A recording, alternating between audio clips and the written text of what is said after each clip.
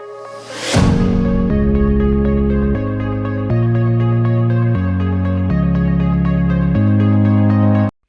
hey, what's up? It's been a long time since I've been on here.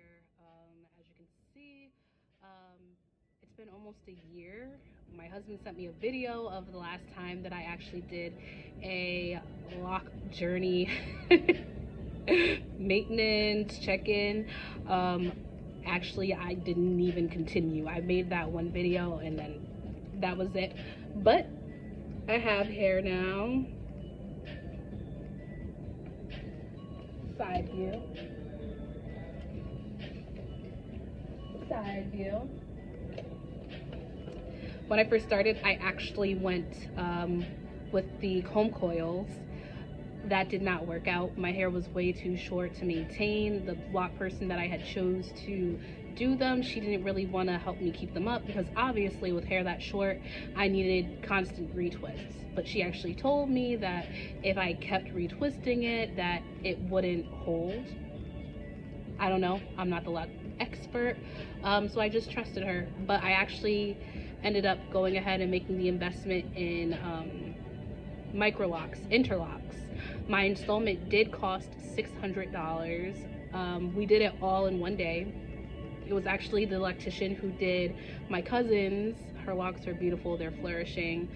So I have had, besides the install, I did one retie with her, and then I did one retie with another lock expert. I've actually been maintaining them myself, so I'll let you guys get into it. It's been a while since I've had a retie. As you can see, I also colored it, but it's all good. I will tell you that there's some areas where I had to fix some things up. When I got my locks done, I was pregnant. After I had my beautiful son, I did experience some postpartum shedding, specifically like in these areas here. They're actually still a little off. I actually ended up losing locks there. The hair is in fact growing back, but because of what happened previously, I decided that I need a thicker lock in that area. Not necessarily like huge, but what I did was let's see if I can find it. I split up that one lock and put it into these two, and vice versa on this side, so my gridding isn't exactly as perfect as it was. So I'll actually show you what I mean. So like, as you can see on this one, the shaft of the lock is actually smaller. That's because in this area, that's where the postpartum shedding was happening and the locks were really thin. You can see hair down here, and that's because the hair is in fact growing back and it's not tied in the lock yet. And micro lock repairs are not easy. I went to this one lady and it was just not it. What she did was she put fake hair over my lock. I said, hey, when you crochet to fix the locks, doesn't it have to be human? She was like, no. She was like, we're just gonna pick a color that matches your hair. And I'm just like, what if I decide to not be blonde anymore, or to like recolor? Because this used to be actually reddish orange. It was extremely bright, but I actually missed the natural, so I'm gonna be going I'm gonna be growing back. But because I can't find somebody in this area, I'm in Connecticut. It's hard out here if you don't live in a city. I actually live in a smaller town. I actually, in order to get my locks done or installed, I drove about an hour for that and the retie. And the other lady, she was also 1 hour away, which is why I've been the one who's been maintaining my locks, because it's just way too much. But I really don't think that they look bad. But back to what I was saying, here's another one where it gets a little thinner. That's why the ends are so thick. This is the area where I lost the hair. And then when you get up here, it gets thick again. See that?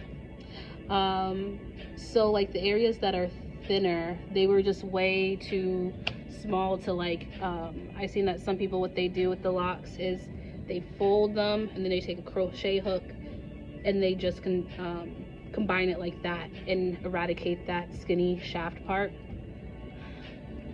My locks in the areas where they got really thin, it was just way too thin to do that.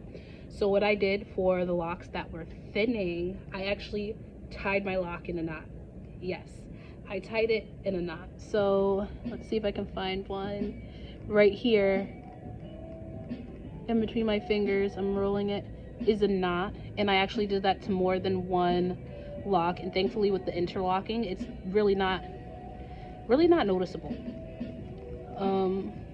Let's see, there's one here, and like when I tell you guys it was really thin, it was really thin. It was super close to falling off. It was to the point where I was scared to do any styles. So today I do have a middle part, but normally when I do my hair, it's normally in my face. The reason why it's not falling is because, one, I've been parting it in the middle, but also when you have interlocks and you're tightening them, whichever direction you do your last interlock motion, that's what direction your hair will lay in. So when I did my hair, I made sure that it was in the center, and so obviously the ones on the right side, I did my lash direction to the right. On the left, my last direction is to the left, and then in the back, likewise. So that's a quick check-in. I will say what I like about these locks versus the comb coils is that I was locked right away.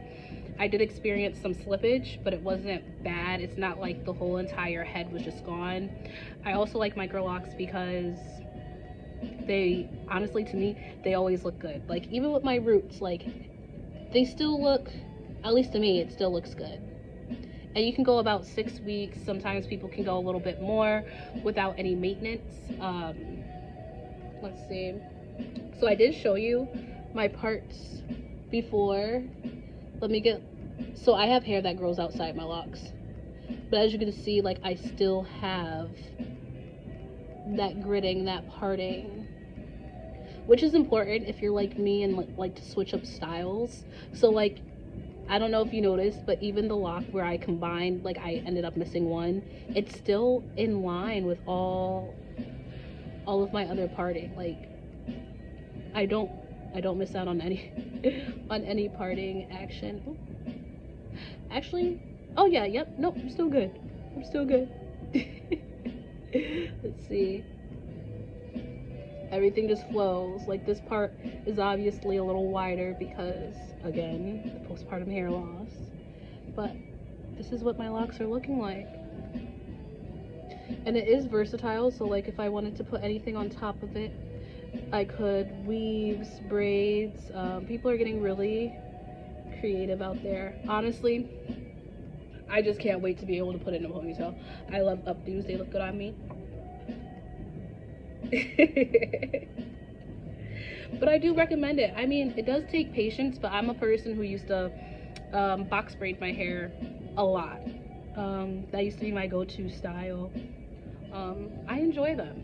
Like, I can't wait for them to mature. I believe that they fit with me for where I am in my life. I've shaved my head a couple of times. I've gone natural.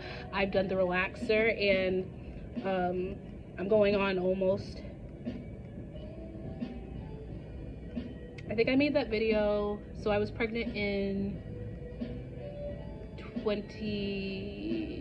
I got pregnant in 2020, so that means I got my locks in 2021. It's currently 2022. In May, we'll make it 2023, so that will be 2 years. So I am probably like 16 months postpartum. I mean, so postpartum. No, I'm 1 year post-child. I'm saying a lot. Lord help me. I'm probably 18 months in on the lock journey. I haven't really counted. I'm not going to count right now. I'll figure it out after. But yeah, so hopefully I was creative enough to include some pictures of what I looked like on my lock journey. These things, honestly, when I first got them done, because they were so short, it was like little antennas. As my hair grew out, it actually grew up until it got heavy enough to start growing down. So I'm thinking of this one specific picture. Hopefully I'll be able to put it in, but when I tell you that my hair grew in an afro, it grew in an afro. I had afro locks, but it was cute. It was cute. So thank you for checking in. I will be creating more videos of multiple varieties. Is that how you say it? Don't judge me. But thanks for tuning in. Like and subscribe, comment, share, all that good stuff. Peace.